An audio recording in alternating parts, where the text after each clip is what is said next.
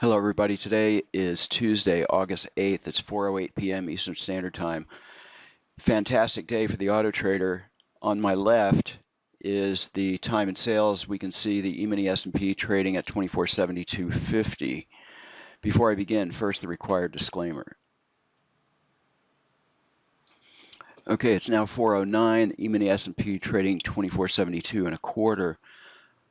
As stated, fantastic day, and I just can't stop believing how well the DAX is doing. Again, this is the DAX on trades the London session. This hit its goal with no slippage, and you can see the trades here. We took a little bit of heat off the open, but then came back with these three winners in a row at the open of the US session, and that pushed us over our daily goal. Now, interestingly enough, I was looking back at some of our older videos. You know, we have over 350 videos now, or 370 maybe. And I was looking at some videos from, like a year ago, and it was very interesting. It's the same charts I'm showing today, many of the same ones. And so if you want to talk about consistency and forward testing, not backward testing, look at some of our videos from a year ago or more, and you will see many of these same charts delivering solid performance, and that's a testimony to the consistency of our program and also trading the same charts over and over and over again.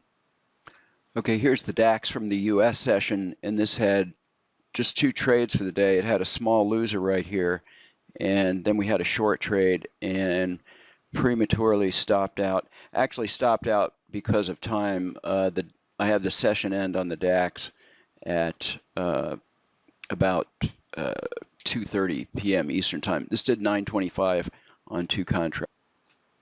Okay, speaking of charts that we traded like 1 year ago, one of them is the E-mini S&P on a 1-minute line break. I haven't shown the E-mini S&P on this time frame, but today it hit its goal of $1,000, and these were the trades here.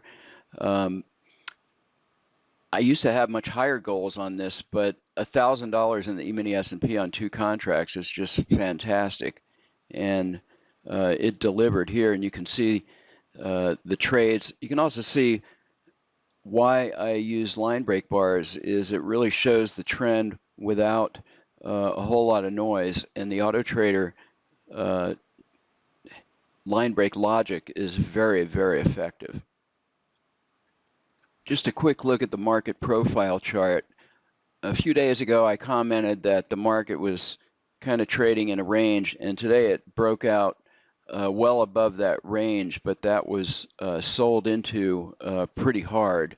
I don't look at news that much, so I'm not sure, but we went from a high of 88.50 to a low of 68.50, and that's only 20 points. It's not that much. Seeing where the index is priced, it's just, that's kind of normal volatility. It's not even extreme volatility. It's just that we've had such tight ranges that a normal move looks like this. So with that extreme volatility came some really nice looking trades. This is the E-mini S&P on a regular 4 Renko chart, and this kind of chart has quite a bit of potential. Here it hit its goal, and again there was much more to go, but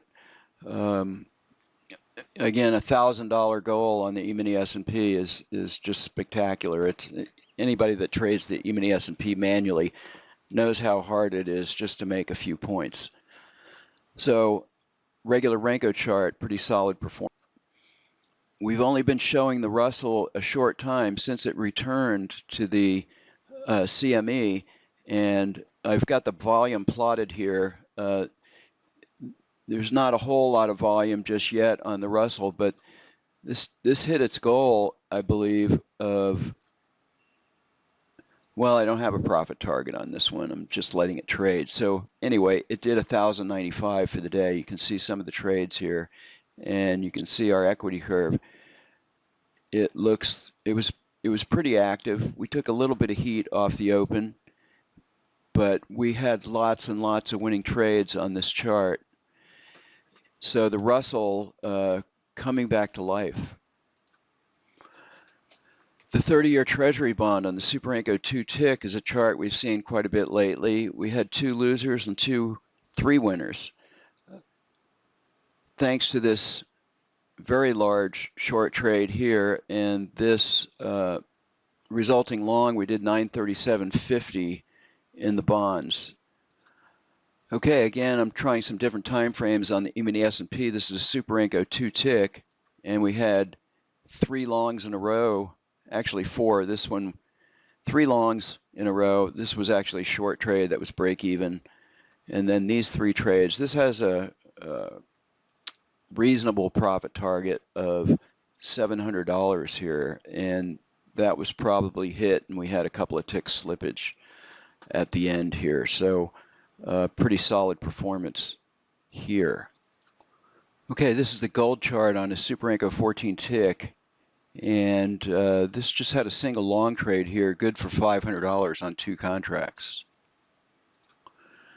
The gold on a Superenco 6 tick had a couple of trades here, a long and a short, and this did $460 on 2 contracts. There's something about this 14 tick Superenco chart.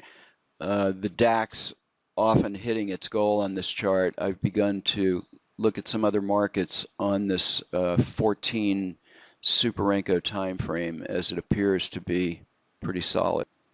Okay, a modest gain on the crude oil 5 tick with 300% reversal, only $110. It was quite active. We definitely took some heat. Well, not that much really, just a few $100, but it just did 110 for the day. Okay, there was a couple of other charts that did a couple of $100. I'm not going to bother with those in the interest of keeping this video short, but I forgot to show this at the beginning. This is the crude oil and the Superenco 10 tick, and we've seen this quite a bit as well. This had 2 short trades here, resulting in 930 for the day. Our goal on this is 1500, so we were well shy of our goal, but still a very excellent performance. Okay, next up is the Russell on the Superenco 10 tick, and I think yesterday I talked about changing the parameters in here, and I left them from yesterday's discussion, and I basically took out the volatility stops, and this had quite a good performance today. It did 660 on a single trade.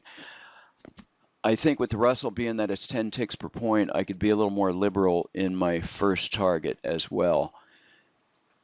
So we're going to change that right now, and instead of 35 ticks, we're going to go to, say, 60 ticks.